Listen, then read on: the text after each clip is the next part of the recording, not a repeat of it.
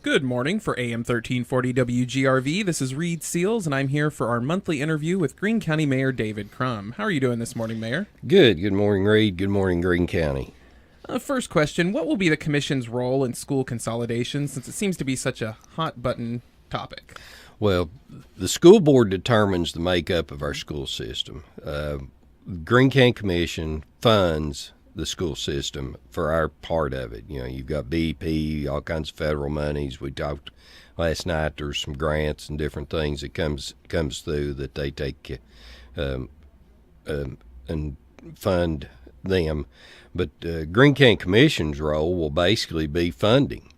So to me, this will be a process that we will have a resolution whenever we do our budget, just to give a timeline of my anticipation on it, that basically will authorize the county mayor to enter into a bond agreement to negotiate with our financial advisor or others to negotiate a bond in order to fund the request of the schools. And the tax rate will include the funding of that bond. And if that's voted down, then the tax rate would adjust to reflect that not being in there. So we don't make a decision, in essence, to consolidate schools or close schools or build schools or anything else. I mean, I've stated my opinion in the past and don't mind stating that again, but that's the commission's role, is to set a funding source in place for the schools for whatever they bring and make a request. How will the EMS restricted fund balance help EMS?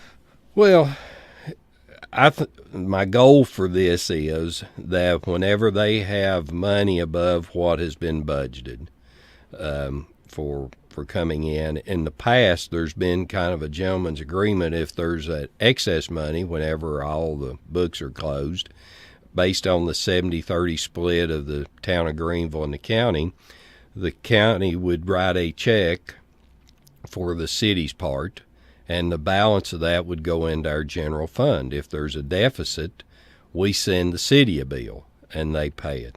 So what I'm trying to do is just put that money in the account, because if you look back over the history, we tended not to fund their equipment, and so they would have to come every year and make a request for a truck or two or some expenditure like that. So what I'm trying to do is put that in there so that basically we're not at the end of the year writing the city a check or they're writing us a check, that it's put in there so that whenever they need a truck, they go to their board and say, we're needing a truck or we're needing this or whatever it is. That's more of a capital expense, not day-to-day operations, something bigger than that they could draw on that, and if there's a shortage, then it comes out of there.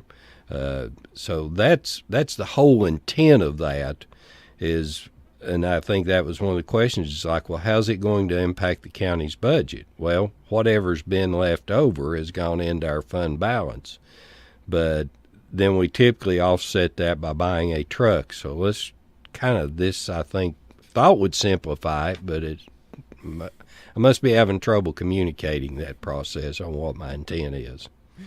How were the road projects chosen that were recommended to TDOT and the General Assembly to fund? Commissioner Peters, in his day-to-day role with Public Works, attends some regional road meetings and things, and he's gone down with, I've gone, the city mayor, and even Tusculum, the mayor's gone down to talk to the TDOT commissioner about our roads.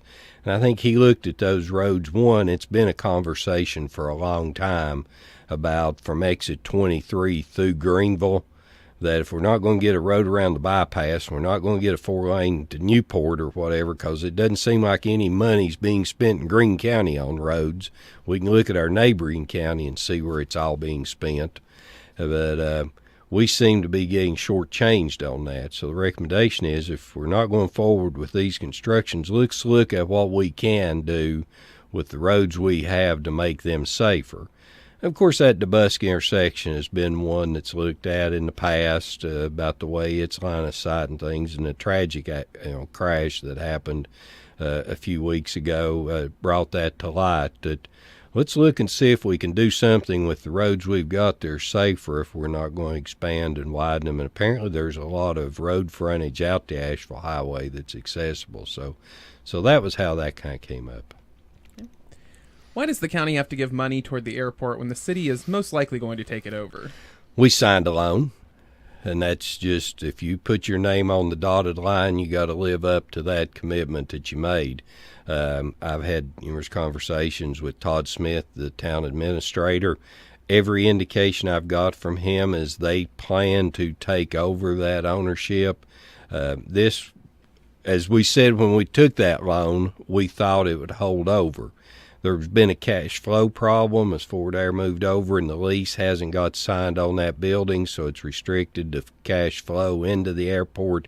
So it needed to fund this payment that's due now. I've indicated to the town I don't expect us to fund any more. I expect that they should have it in place. They're trying to get their board together and have to form a new airport authority to go forward. But, Todd and I have had conversations, and hopefully that will be moving. And I've asked him what I can do, and I've had, contacted people that he's asked about serving on that to try to move it. So, bottom line, if you co-sign a note with somebody, you got a responsibility to make sure it gets paid. Tell me about the jail roof repairs. Just leaky roof. I think we replaced part of that roof, or maybe most of it, a few years ago, and we've replaced that at the courthouse, and this was just a leaky section of the roof that needed to be replaced. Okay. And tell me a little bit about what's going on in Greene County this next month. Oh, it's just always a busy time. I mean, we're actually starting to discuss budgets. I'm meeting with some of those departments that report to me, because it'll be that budget time soon. I guess it'll be June before opening day is at the Reds, but you just got a lot of stuff going on. March Madness. I mean, we've got district tournaments, I think, are finishing up, and regional tournaments are starting. So that high school basketball is an exciting time. The young ladies and young men are getting out on their softball and baseball field, and it's crazy this weather, but we better enjoy it while we can. Exactly. Well, Mayor, I want to thank you for joining us today, and we will have another interview next month. And, did you want to do that? Did you want to read that? Okay. Yeah, I showed this to you earlier, Reid, so I thought it was kind of funny. You should know by now we have a lot of candidates to take over my position that chosen not to run, so I went out with a few last night to eat, and opened up a fortune cookie and just thought this was hilarious, because it said, "You will soon be changing your present line of work." So that's and they say those things don't tell the future. Okay. So thank you, Reid. Thank you, Greene County. Everyone be safe and take care, and we'll be in touch next month. Thank you very much, Mayor. This is Reid Seals for AM 1340 WGRV.